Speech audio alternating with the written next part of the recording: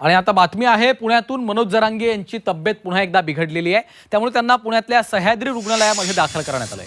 काल साताऱ्यातल्या सभेत देखील जरांगेंची प्रकृती बिघडली होती।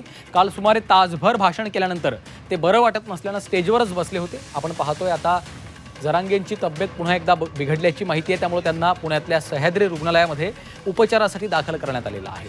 काल साताऱ्यातल्या सभेत देखील असाच प्रकार घडला होता। त्यांचं भाषण सुरू असतानाच त्यांना बरं वाटत नसल्यामुळे ते अचानक स्टेजवर खाली बसले होते।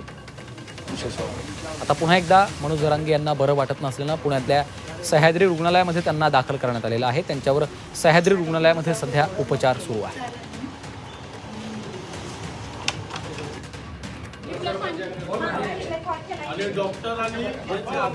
निलेश खरमरे आमचे प्रतिनिधी सध्या फोनलाईनवरून आपल्यासोबत जोडले गेलेले आहेत। निलेश, आपण पाहतोय की जरांगेंची पुन्हा एकदा तब्येत बिघडल्याचं कळतंय, काय नेमकं घडलं?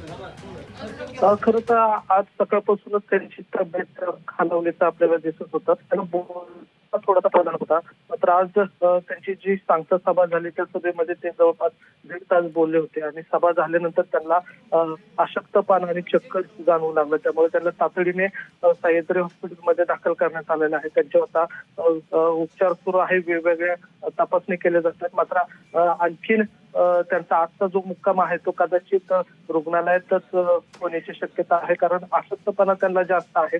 मुळात त्यांनी दुपारीच थोडी ट्रीटमेंट घेतली होती, मात्र त्यानंतर ते पुन्हा रॅलीत सहभागी झाले। पण आज दिवसभर जर पाहिलं तर ते थोडेसे नर्वस आणि अशक्तपणा जाणवतच होता। मात्र आता सभा झाल्यानंतर त्यांना हा अशक्तपणा जास्त जाणवला आणि चक्कर येत असल्यामुळे त्यांना पुन्हा एकदा त्यांना आता रुग्णालयात दाखल केलेलं आहे। आता त्यांच्या तपासणी सुरू आहेत, मात्र चक्कर आणि अशक्तपणा आता तरी त्यांना जास्त जाणवतो। निलेश, सध्या जरांगेंची प्रकृती कशी आहे? डॉक्टरांकडून काही या संदर्भात माहिती आली आहे? डॉक्टरांकडे अधिकृत काही माहिती आली नाही, पण त्यांच्याकडे हेमोग्राम रक्ताची तपासणी तातडीने करण्यात येत आहे, कारण अशक्तपणा असल्यामुळे या गोष्टी होऊ शकतात। पण मात्र चक्कर त्यांना सातत्याने जाणवते, त्यांना उभं राहायला पण थोडासा त्रास होतोय।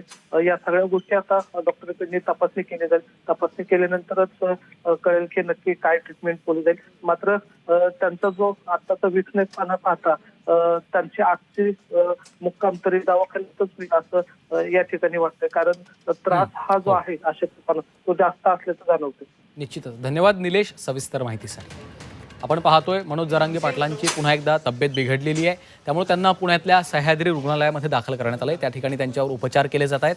काल साताऱ्यातल्या सभेत देखील जरांगेंची प्रकृती बिघडली होती। काल सुमारे तासभर भाषण केल्यानंतर ते बरं वाटत नसल्याने स्टेजवर बसले होते। आता पुन्हा एकदा त्यांची प्रकृती बिघडल्यामुळे त्यांना पुण्यातल्या सह्याद्री रुग्णालयामध्ये दाखल करण्यात आलंय।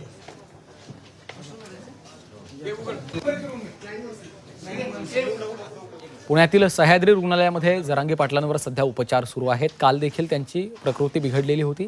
शांतता रॅलीच्या माध्यमातून खरं तर ते गेल्या काही दिवसांपासून दौऱ्यावर आहेत। आज सांगता सभा झाल्यानंतर जरांगेंची प्रकृती पुन्हा एकदा बिघडली आणि त्यांना सह्याद्री रुग्णालयामध्ये उपचारासाठी दाखल करण्यात आलं।